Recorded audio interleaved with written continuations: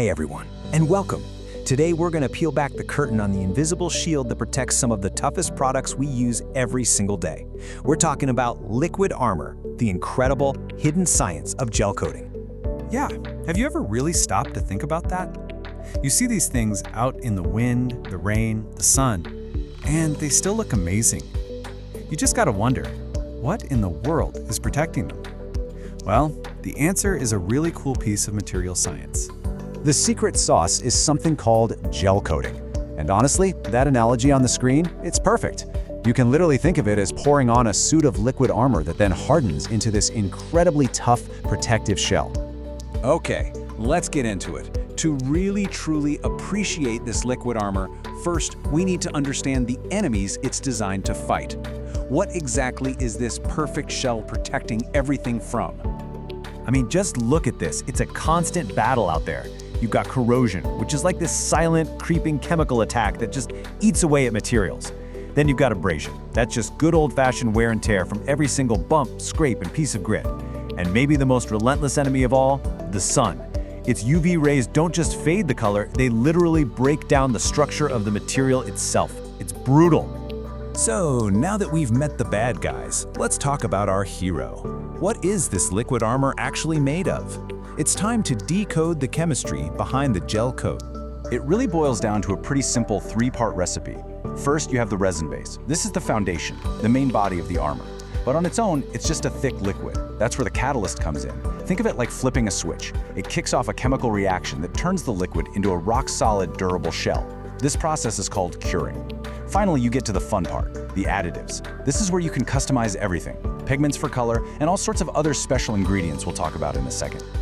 Okay, so you've mixed the perfect batch of liquid armor. That's great, but having the recipe is only half the battle.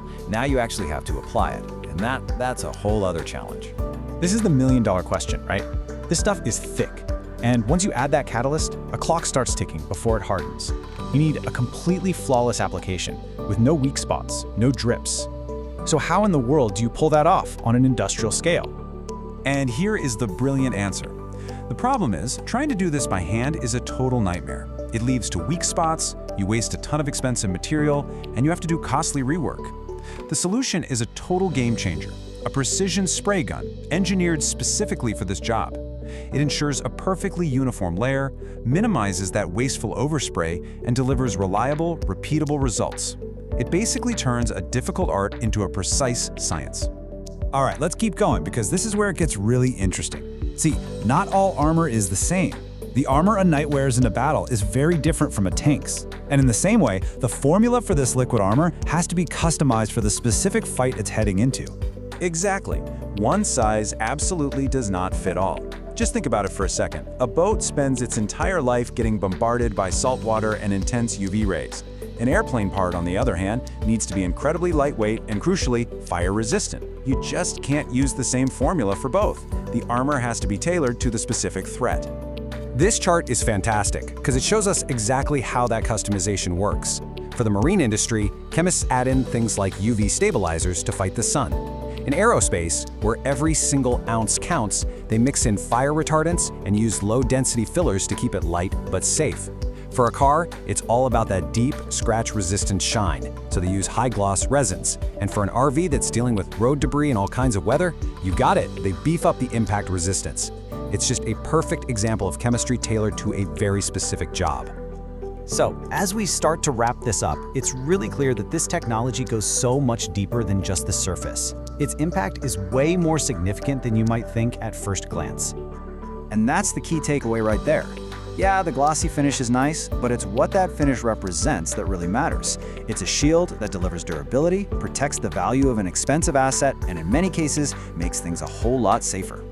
So what's the real-world impact? Well, it's huge. When products last longer, we use fewer resources to replace them. When you add fire retardants to an airplane's interior, you are directly improving passenger safety. And that super smooth coating on a boat hull?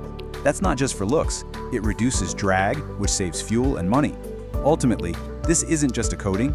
It's a technology that protects value, improves safety, and even helps with sustainability.